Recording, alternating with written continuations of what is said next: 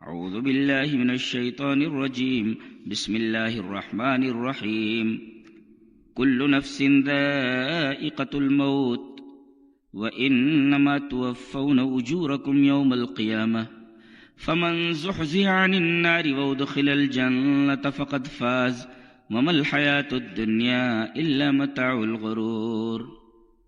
اس آیت کریمہ میں 4 جملے ہیں۔ This verse contains 4 sentences. اس آیت کریمہ میں 4 جملے۔ پہلا جملہ کل نفس ذائقۃ الموت، ہر نفس کو موت کا مزہ چکھنا ہے۔ دوسرا جملہ وَإِنَّمَا تُوَفَّوْنَ أُجُورَكُمْ يَوْمَ الْقِيَامَةِ، قیامت کے دن تمہاری اجرتوں کا پورا بدلہ دیا جائے گا۔ تیسرا جملہ فَمَنْ زُحْزِحَ عَنِ النَّارِ وَأُدْخِلَ الْجَنَّةَ فَقَدْ فَازَ، جو شخص جہنم سے بچا لیا گیا اور جنت میں داخل کر دیا گیا وہی کامیاب ہوا۔ اور چوتھا جملہ وَمَا الْحَيَاةُ الدُّنْيَا إِلَّا مَتَاعُ الْغُرُورِ، دنیاوی زندگی دھوکے کا سامان۔ چلو چوتھے جملے سے تفسیر شروع کرتے ہیں آخری سے۔ جب یہ دنیا دھوکے کا سامان ہے تو کیا چھوڑ دینا چاہیے؟ لا، نہیں، تو چھوڑنا نہیں چاہیے دنیا کو، تو اس کے ساتھ معاملہ کیسا کرنا چاہیے؟ گھر میں واش روم ہوتا ہے نا، باتھ روم واش روم کتنا ہی خوبصورت کیوں نہ ہو، آدمی وہاں بستر لگا کر سوتا نہیں ہے، وہ ضرورت کے وقت اندر جاتا ہے، ضرورت پوری ہو جاتی تو باہر آ جاتا ہے۔ یہ دنیا وہی ہے، واش روم ہے یہ، اس میں بستر مت لگاؤ۔ جی بستر نہیں لگایا جاتا واش روم میں، تو گویا دنیا کو استعمال کرو مگر as a washroom, as a bathroom, اس کے یہی اوقات ہے۔ وَمَا الْحَيَاةُ الدُّنْيَا إِلَّا مَتَاعُ الْغُرُورِ، یہ چوتھے جملے کی تفسیر ہے۔ جی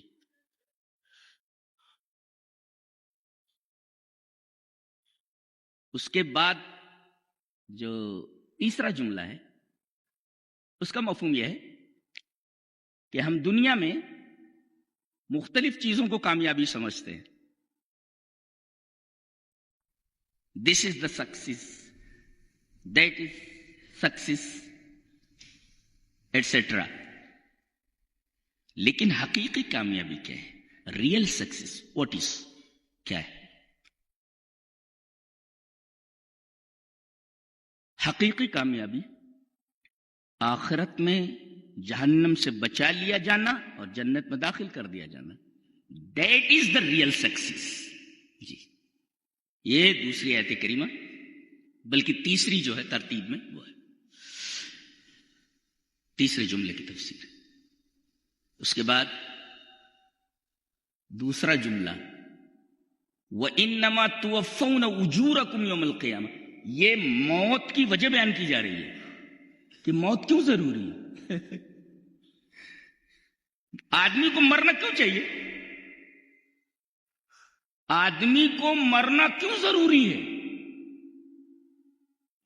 اس کی عقلی توجیہ اور اس کی حقیقی توجیہ پیش کی جا رہی ہے کہ دنیا میں تم کتنے اچھے عمل کرتے ہو، سارے عملوں کا بدلہ دنیا میں تھوڑی ملتا ہے، لہذا آخرت میں آؤ، تمہارے عملوں کا ہم پورا بدلہ دیتے ہیں، دنیا والے تمہیں نہیں دے سکتے، لہذا موت اس لیے ضروری ہے کہ تمہیں تمہارے عملوں کا پورا بدلہ دیا جائے۔ جی اس لیے موت ضروری ہے۔ اور یہاں توفون، یہ توفیتو سے ہے، کہا جاتا ہے توفیت المال، یہ میں نے آپ کو کچھ مال دیا تھا 1000 روپے، پھر میں آپ سے وہ 1000 روپیہ مکمل لے لیتا ہوں، تو میں کہتا ہوں توفیت المال، میں نے جو مال آپ کو دیا تھا وہ میں نے پورا لے لیا۔ اشارہ ہے کہ دنیا میں کسی عمل کا پورا بدلہ نہیں ملتا ہے، پورا بدلہ جو دیا جاتا ہے وہ اس کے لیے آخرت کا دن متعین ہے جی۔ اور پہلا جملہ کل نفس ذائقۃ الموت، سوال یہ ہے کہ یہ کہہ دیا جاتا کہ ہر آدمی کو مرنا ہے، یہ کیوں کہا گیا؟ ہر آدمی موت کا مزہ چکھنے والا ہے، ایسا کیوں کہا گیا؟ کہہ دیا جاتا everyone has to die, ایسا بول دیا جاتا everyone has to die, بات ختم ہو جاتی، ہر ایک آدمی کو مرنا ہے، سو معاملہ فنش۔ یہ کیوں کہا گیا؟ یہ تعبیر کیوں اختیار کی گئی؟ ہر نفس کو موت کا مزہ چکھنا ہے، یا یوں ہر نفس موت کا ذائقہ لینے والا ہے، چکھنے والا ہے، یہ تعبیر کیوں اختیار کی گئی؟ ابن عثیمین نے بڑا اچھا نکتہ لکھا ہے، مشہور مفسر ہے، اللہ اکبر، ابن تیمیہ کے بازو میں کھڑا ہوا دکھتا ہے، اتنا بڑا مفسر ہے وہ ابن عثیمین، اللہ رحم فرمائے، اللہ غریق رحمت کرے۔ لکھتے ہیں لِأَنَّ الذَّوْقَ، چکھنا،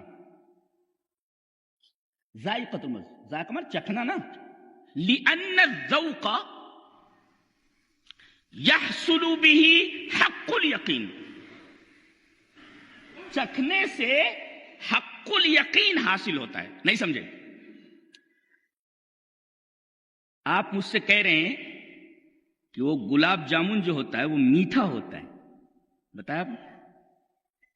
یہ علم الیقین ہے، آپ کے کہنے کی وجہ سے کہ گلاب جامن میٹھا ہوتا ہے، آپ نے بتایا تو مجھے علم ہوا، یہ ہے علم الیقین، آپ کے بتانے سے مجھے علم ہوا۔ اچھا، پھر میں نے وہ گلاب جامن دیکھ لیا، ہاں یہ ہے کیا؟ تو یہ عین الیقین ہے، عین مینس آنکھ، آنکھوں سے دیکھ لیا، یہ ہے عین الیقین، اور پھر اس کو چکھ لیا تو یہ حق الیقین ہے۔ اب اس کے بعد کوئی درجہ نہیں ہوتا۔ اللہ کے رسول نے ارشاد فرمایا کہ جنت ہے، جنت کا علم الیقین ہمیں ہے، اور جب جنت ہم دیکھ لیں گے آنکھوں سے تو یہ عین الیقین ہے، اور جنت میں جب داخل ہو جائیں گے یہ حق الیقین ہے۔ تو علامہ ابن عثیمین فرماتے ہیں کہ یہاں جو ذوق کا لفظ استعمال ہوا ہے، لِأَنَّ الذَّوْقَ يَحْصُلُ بِهِ حَقُّ الْيَقِينِ، چکھنے سے حق الیقین حاصل ہوتا ہے کہ ہاں وہی یقین، حق مانے یقین، حق مانے یقین، یعنی آدمی کو یقین ہو جاتا ہے کہ بھئی گلاب جامن میٹھا ہی ہوتا ہے، ایسے کتنی بڑی بات کی ابن عثیمین نے، لِأَنَّ الذَّوْقَ يَحْصُلُ بِهِ حَقُّ الْيَقِينِ، یہ ابن عثیمین کی عبارت ہے اس آیت کریمہ کی تفسیر میں، کیونکہ ذوق کے ذریعے، ذوق میں چکھنا، ٹو ٹیسٹ، چکھنا، اس کے ذریعے آدمی کو حق الیقین حاصل ہوتا ہے۔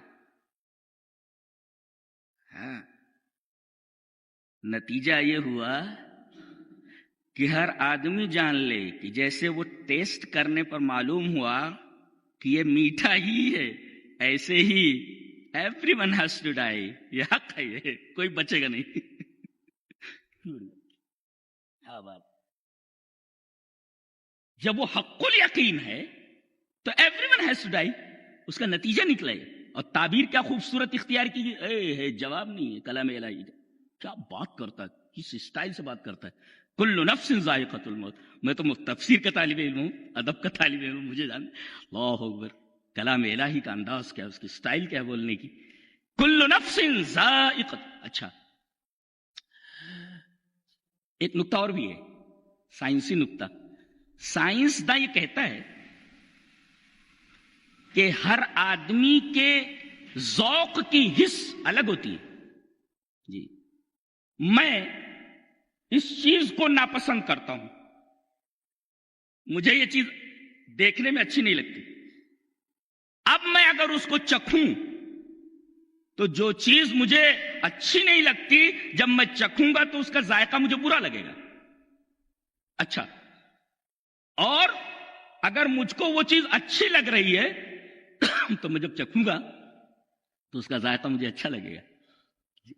یہ گویا کہ چکھنے کی جو حص ہے سینسیٹیوٹی ہے، چکھنے کا جو سینس ہے، جو حادثہ ہے وہ مختلف ہوتا ہے. ایسے ہی ہر آدمی اپنے اعمال کے مطابق موت کو چکھے گا.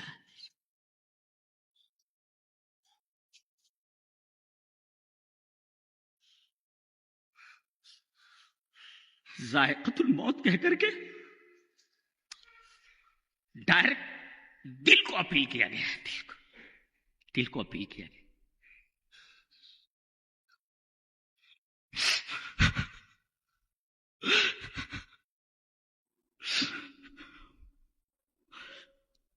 کل نفس ذائقۃ الموت.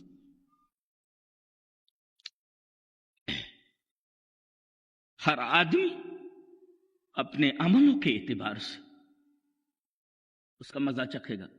جی اب ہم کل نفس پر آتے ہیں. کل نفس، ہر ایک کو، چھوٹا ہو بڑا ہو، ایون نبی کیا ہوتا ہے؟ احب الخلق الی اللہ، اللہ کے نزدیک سب سے محبوب ہوتا ہے، اس سے زیادہ محبوب کوئی نہیں ہوتا. گویا کل نفسن کے اندر بتا دیا گیا کہ میرے محبوب تم بھی نہیں بچو گے. لم یسلم من الموت احب الخلق الی اللہ وهو محمد صلی اللہ علیہ وسلم. میرے محبوب تم بھی نہیں بچو گے، تمہیں بھی مر جانا ہے. اور ایک بات یاد رکھو، یہ ایسی حقیقت ہے جس پر دنیا کے تمام مذاہب، تمام مسالک کا اتفاق ہے. جی کائنات کی ہر چیز میں اختلاف ہے، بولیوں میں اختلاف ہے، تھوڑے فاصلے پر چلے جائیے تو ایکسنٹ میں اختلاف ہے، لہجے میں اختلاف ہے،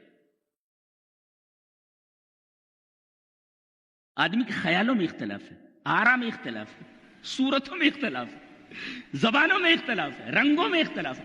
کائنات کی کوئی شے ایسی نہیں ہے جس میں اختلاف نہ ہو. دنیا کی واحد چیز ہے یہ موت، جس کے اندر کوئی بھی اختلاف نہیں ہے. سکھ سے پوچھو کہ موت آنی ہے، نہیں آنی ہے. ہندو سے پوچھو موت آنی ہے، بچے سے پوچھو آنی ہے، جوان سے پوچھو آنی ہے، بڈھے سے پوچھو آنی ہے، عورت سے پوچھو آنی ہے، مرد سے پوچھو آنی. جی یہاں تک کہ جو لوگ حیاتی ہیں، حیاتی کا مطلب مانتے ہیں کہ نبی کو موت نہیں آئی، وہ بھی مانتے ہیں کہ موت آئی لیکن آن بھر کے لیے تھی. موت آنی تھی پر وہ آنی تھی. جو لوگ کہتے ہیں نبی کو موت نہیں آئی، وہ کیا بولتے ہیں؟ موت آئی مگر آن بھر کے لیے تھی. آن مینس لمحہ، ایک لمحے کے لیے آئی اور پھر دوبارہ لوٹ آئی. تو وہ جو حیاتی ہیں، جو مانتے ہیں کہ اللہ کے رسول کو موت نہیں آئی، وہ بھی مانتے ہیں کہ اللہ کے رسول کو ایک لمحے کے لیے موت آئی. موت آنی تھی پر وہ آنی تھی، آن بھر کے لیے تھی، اس میں بھی اختلاف نہیں. تو موت ایک ایسی حقیقت ہے جس میں کسی کا اختلاف نہیں.